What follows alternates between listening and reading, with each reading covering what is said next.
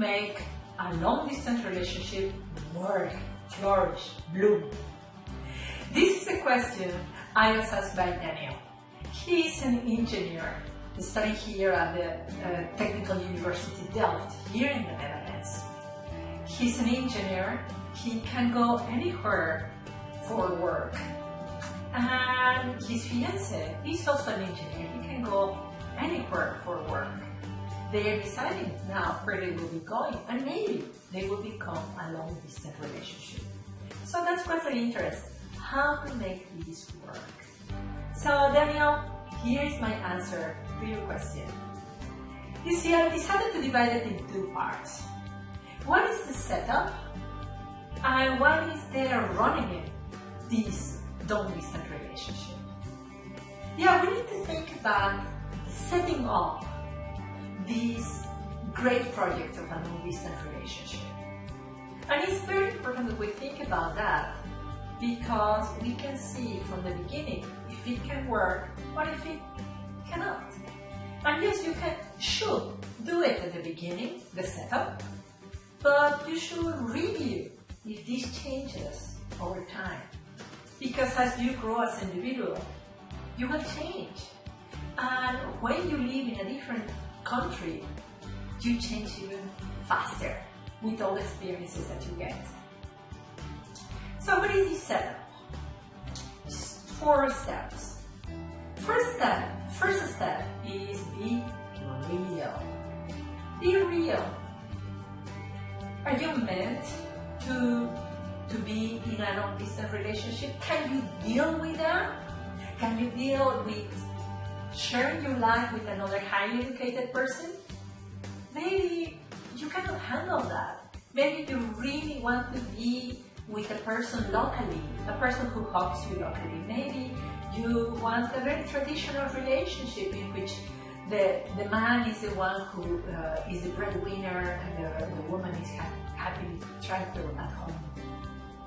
Be real. Ask yourself, man or woman, can I deal with this? Really start journaling and be honest with yourself. There is nothing wrong in saying, no, I cannot deal with this. This is not for me. And if you conclude that this is not for you, just please say it to your partner. If you are already in a relationship this way and you realize that this is not for you, please be honest. Don't waste the time of the other person. Be real. And also don't waste your own life. Second one, be committed. If you have discovered that, yes, this is for you, you are ready to have a long-distance relationship, be committed. Be so committed that this is what you are going to do. And talk about it. Talk with your partner. Are you also committed? Committed to make this relationship work. Committed to support the other person's growth, the other person's learning. Because the reason why professionals separate is because of work, because of academics. So if you go to study your PhD somewhere, you go and will learn. If you go and get an assignment, a business assignment somewhere else, you will go and you will grow professionally and personally. So if you're committed to your personal growth and committed to the growth of your partner, then it will work. This is fundamental. This is absolutely fundamental. If you don't have this commitment, then everything will crumble. So be committed. And if you are not, please tell the other person, let it be free. Number 3, share a vision. But how do you share a vision?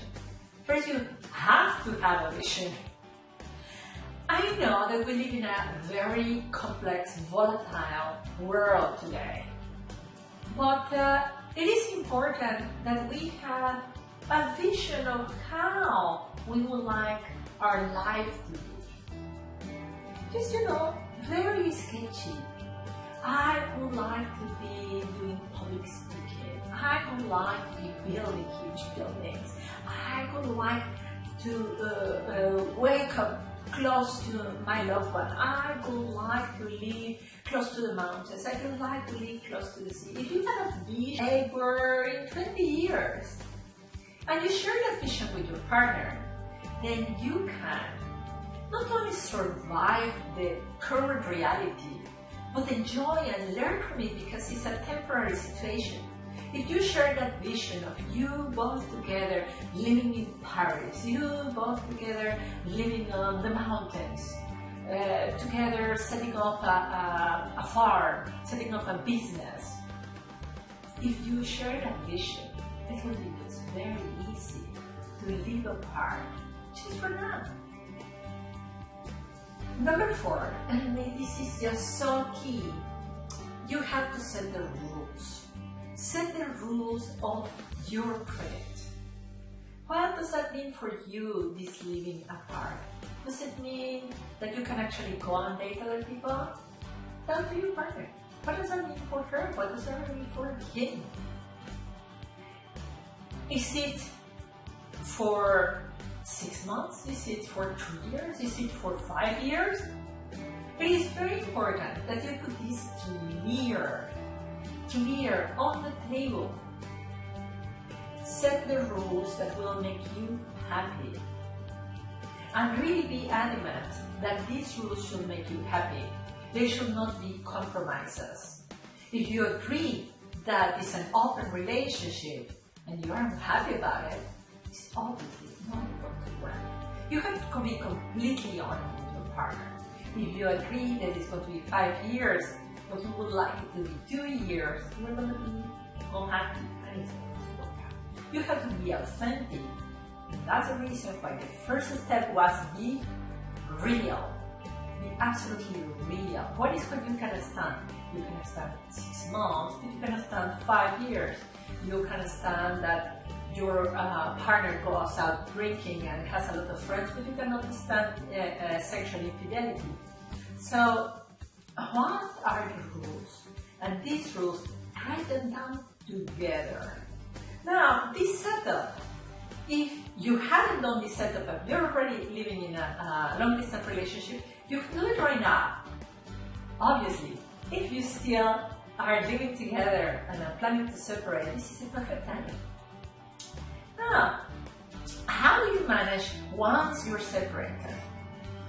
The 3 main points that will help you manage your relationship when you are separated are as follows. Number 1, effective communication. Effective communication is what works for both of you together. For some people, talking several times a day, daily, will work. For some people, it will be just once a day. For some people, just email will be okay. For some people, daily Skype will be okay. Just see what is the frequency. And effective communication also talks about the mundane. You see, in this country, they do things like this. You see, I cook this new recipe. You see, this happened with my professor. This happened with my boss. This happened with my colleague. These mundane things. And also to make it effective, you have to go to the profound. I am feeling this, I am transforming this way, I believe this, I am questioning that. Effective communication is the cornerstone of making this relationship work. And also it's very important in communication to make it effective is that you talk about the previous 4 points every so often. Are you still committed? Is this still the kind of relationship that you want? Is this a vision that we want to have for our life? Are our rules still applicable? Just communicate.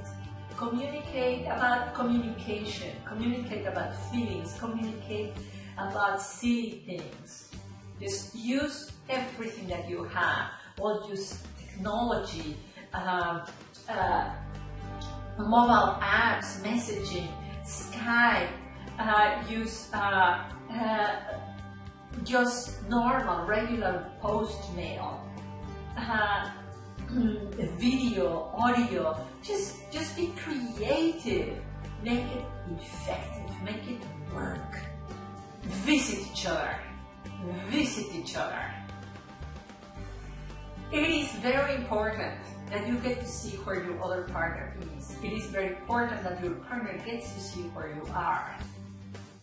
If you see that you or your partner are just postponing and procrastinating to buy the next ticket to visit each other, there is something wrong. And you really need to talk about that commitment, that seriously, that reality, that this is the kind of relationship that you want. Now, during the visits, it is very easy that you just get distracted by, let's go and do tourism together, let's go and visit the family. Wait, breathe. Connect with the other person. See how your partner is doing. Be in silence for a while and just look at each other's eyes and reconnect. Reconnect. Talk deeply. Connect deeply in those visits. Visit each other, visit each other, visit each other. The more often you see each other, the better you will be able to connect and to create a thriving relationship, even if it's long distance. And finally, you have to enjoy life. You have to use the time apart to grow yourself. Because the purpose of being alive is to grow, to learn, to develop. And that was the purpose why you separated. You went there to learn and to grow. Well, just do it. Sure, you will say, oh yeah, if I go to study my PhD, if I go to take a work professional assignment, I will be learning when I am at the office or at the university. Yeah, but make it 100% endeavor of growth.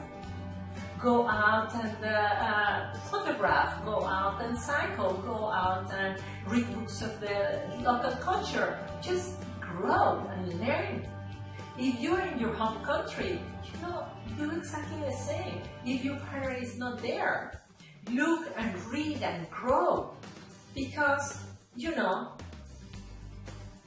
when you will reunite, this is what will make you attractive to each other. The fact that you are both growing, and growing personally, internally, profoundly, so that in the moment of being back together, you will be able to find each other again. So, this is my answer to your question.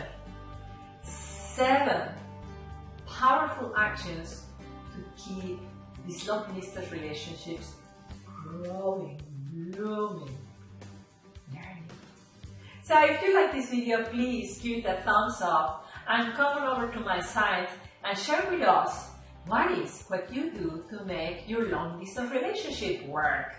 And as always, I say goodbye to you, reminding you to be all in.